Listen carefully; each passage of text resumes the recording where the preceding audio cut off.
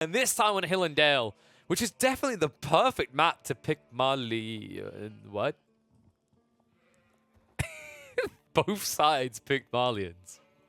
So Mr. will play Malians and Salami. This is actually quite fitting, considering Mr. Was responsible for one of the 2 picks of the Malians at Red Bull Wololo Legacy. His teammate was responsible for the other one, Vortex. And then the other side, Salami, believes that Malians are actually really strong and people just don't know what they're doing. Salami is the, he says that and then he wins his matches by getting clutch Wololos. So it's like, it's probably not indicative of like your standard results, but he sees potential. We watched Salami yesterday, or not yesterday, the other day, play up against a Muslim on his English in a 1v1 and was able to come out ahead with the Malians. So there is some potential here. And there is a lot of potential in team games, especially if your teammate is an HRE player. We see where this is going. It's not the double cheeseburger strategy that we've seen, but there is the potential for 1 cheeseburger to be ordered in this game if Mr. decides to drop a mill close to Vortex's base and then build cattle for him, which will give him access to a superior gathering rate than both sheep or farms. Not to mention the fact that would be a juiced up gathering rate because it is an HRE player with the Hull inspiration. We'll see if they're playing for that though. Whenever you do that play, it's going to delay your timings as the Malians though, so it puts a lot more emphasis on impact out the HRE player. The cool thing for them in this game is because one of their opponents is the Malians, going for men-at-arms spam isn't the worst of ideas, or knight spam isn't the worst of ideas, because I feel like Malians don't really have the best of answers to these type of units. Musafadi Warriors was meant to be that answer, but they should never feel tanky enough. And then, of course, when we look at the rest of the players in this one, Zertin is once again going to be on his Chinese in the orange, and then Recon will once again be on the Mongols in the green. And, of course, the final person is going to be over on Los Polos Hermanos' side. Lucifron is going to be playing on his signature civ. It is, of course, going to be the French coming out. So expect him to be the tempo aggressor. Malians are going to probably play this kind of flexi role and enable the HRE player. And then when we look at the other side, Recon will have an ability to maybe go for some sort of Magadai play. I don't know if you really want to do that against the Javelin throwers per se, though. Salami, maybe he kind of mirrors the Javelin thrower play there and then you get the edge. I don't know. I honestly don't know what the Malian plan is fully going to be here. I think it is going to lean towards the idea of giving your opponent, your teammates food. Because I think that's one of the best things Malians can do. But for now, it actually looks like that's not the effort that Salami is going towards here. He has no interest in giving something to his teammates. He wants it all in his own pockets. He's going for the Saharan trade network. First time we get to cast this, actually. We've cast a few Malian games. It's always the Mansa Quarry instead, which gives the either 75 gold or 75 stone a minute. Instead, you can see we're going to be going towards this, which acts as an outpost, and it comes with the defensive arrow slits already. I don't think you can upgrade it to have springles, though, which is unfortunate. But the bigger deal is this. All trades and trade chips taxed will generate food equal to the taxed gold at this landmark. And then all other outposts will generate 50% of taxed gold as food. So the whole idea is that you network through these outposts, and if I remember correctly the way it works, as the traders go past the outposts, they get taxed. And that gives you more resources.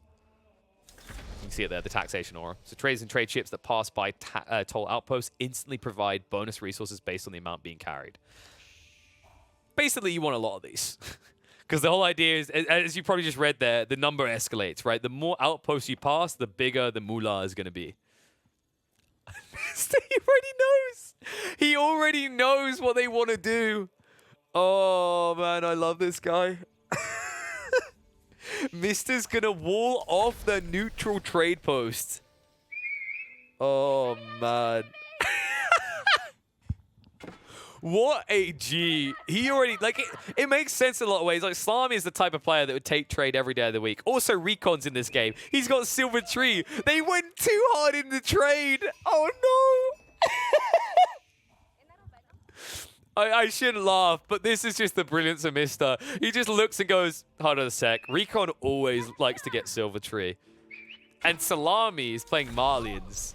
I wonder if I just place a few wooden walls, could I bring their entire plan to its knees?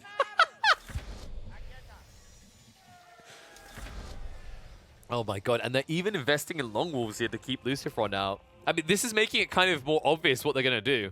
Why would a Malian and a Mongol player want to be walled in, right? There's only one reason. It's trade. So now you're in this frustrating situation where your only backup option for trade is on the north side of the map next to the French player. This is not a viable option. Oh man, Recon's gonna get the bad news. Mister's gonna set up the wall on the south side as well. Wait, don't stop there, layer it. Just layer it like a cake. I would love to see him just branch these, because one issue that he might encounter with this play is if his opponent brings out one villager, he can chop through the trees. So if you create small extra branches of palisades, yep, there's the layers, man. Mister's on board with me with this one. He's like, yep, they ain't ever getting what they want. Oh, man. Where are the traders from Salami? Please tell me he hasn't set them up yet. Because I feel like if you start building 2 to 4 traders at this stage, like, oh, man, you're going to be a mile behind. Especially considering on the other side, they're just going for optimal aggression early on. Right? You've got the Knights coming out with the double stables from Lucifron. The HRA players already going up with the Burgrave Palace. The only thing we're missing here is a mill. No, there it is. We are getting the cheeseburger. Imagine you get all your greed on one side and your opponents get no greed on the other. That is this game. He even traps Salami in. We'll be able to chop his way out, though. So the trade isn't going to be infinitely stopped. However, did you guys notice the problem here? Well, you just ran these villagers down here. They just saw the silver tree. Salami's villagers are here. Green is here as well. And the HRA player is about to hit Castle Age. Let's just place a waypoint down in this corner and turn this into a party zone. There it is. Instantly goes all the way down. Oh my God. And remember, he's got the cattle. The cattle that have a gathering rate, I think it's about 0.8 by default. And there's the Holy Inspiration buff. So this is going to be an unlimited push of Men-at-Arms that will never let up. Usually Men-at-Arms, you feel like it's a point 25 to 30 where the HRE player has to like convert to a new food source. That's not happening here. Infinite cattle, my friends. Oh, God. And Kraken, he's already GG. Of course, the guy who's already done the double cheeseburger version was call it, but it does kind of feel that way.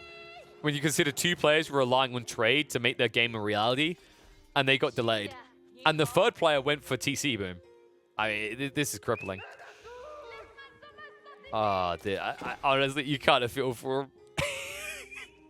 But this is the problem, folks. This is another layer to team games. When you make your composition predictable like this, when you're a player who's known for trade, and then you get another Civ that probably wants to do trade on these more defensive maps, compared to like a Mansa Quarry that isn't great for long-term scalability, you make yourself obvious.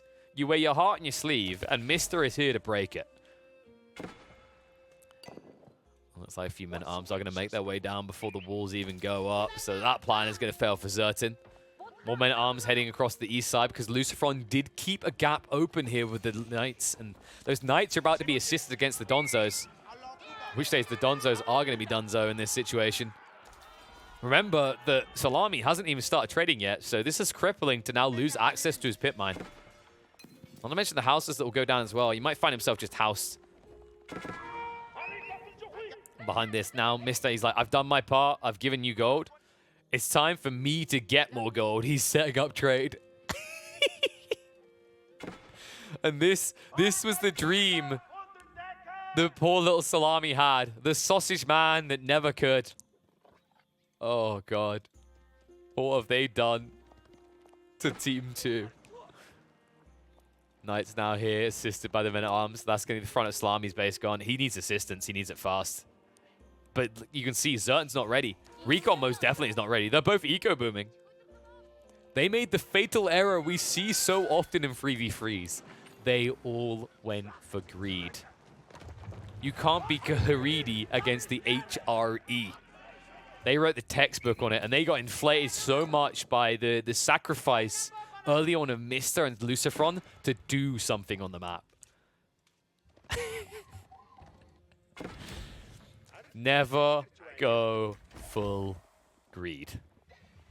That, ladies and gentlemen, is the lesson. Was Lucifron also getting beef? He wasn't. I don't think so. It looks like he has some beef there. Maybe they carried it. No, he went pro scouts actually. So you got pro scouts. Actually, in total fairness, that maybe could have been optimized even more because Mr. could have gotten pro scouts himself and given food to Lucy, and then you would have got even more knights, right? But like, you just see the issue here though. Even on Hillendale, like Hillendale is so big in 3v3s, you can't just go full greed like this. You need someone to buffer you, or maybe have the Chinese player rush out and get as many walls up as possible, sacrifice his own skill ability into multi-TCs by going mass wood at the start, and then you at least have yourself walled in. But even then, like, you see the issue. If two other players on your team want to trade, your trade posts are outside the high ground, so it's still accessible. Just a great read by Mr. to go and wall that instantly at the beginning of the game. Oh, and by the way, he knew where to wall because before, like, he can immediately move out with the villager without even seeing the lay of the land. Like, you can kind of predict it by where your guys are, but this type of strategy can work on other maps as well because they have a French player. Remember, French players see where the neutral trade posts are, so you know immediately where to go send a villager to wall off. Just great players.